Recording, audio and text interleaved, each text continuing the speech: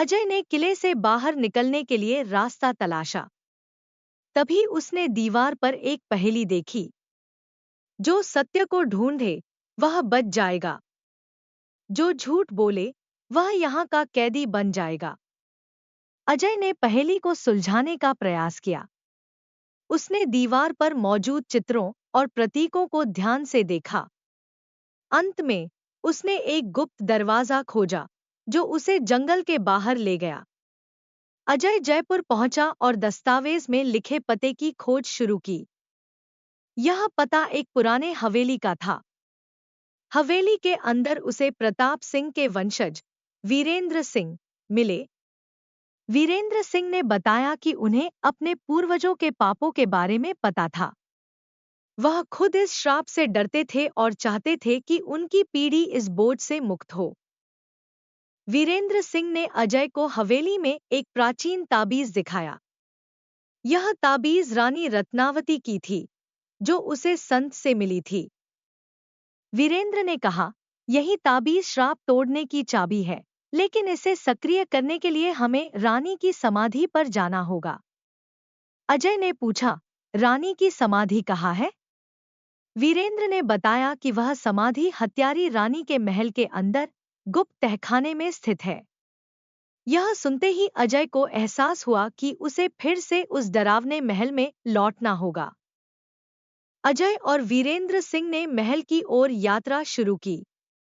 रास्ते में वीरेंद्र ने अजय को बताया कि रानी केवल क्रूर नहीं थी, वह अपने राज्य और प्रजा के लिए समर्पित थी। लेकिन विश्वासघात ने उसे ऐसा बना दिया। रात के समय जैसे ही वे महल पहुंचे, वातावरण और भी भयानक हो गया। रानी की आत्मा पहले से वहां उनकी प्रतीक्षा कर रही थी। उसने कहा, क्या तुमने मेरा बदला पूरा कर लिया? वीरेंद्र ने कहा, हम आपके श्राप को समाप्त करना चाहते हैं। हमें आपकी शांति के लिए आपकी मदद चाहिए। रानी की आत्मा ने उन्हें समाधि तक पहुंचने का रास्ता बताया, लेकिन साथ ही चेतावनी दी कि वहां कई कठिनाइयां होंगी। समाधि तक पहुंचने के लिए उन्हें महल के गुप्त तहखाने में जाना था। जैसे ही वे तहखाने में उतरे, अचानक दरवाजे बंद हो गए और चारों ओर आग की लपटें उठने लगी।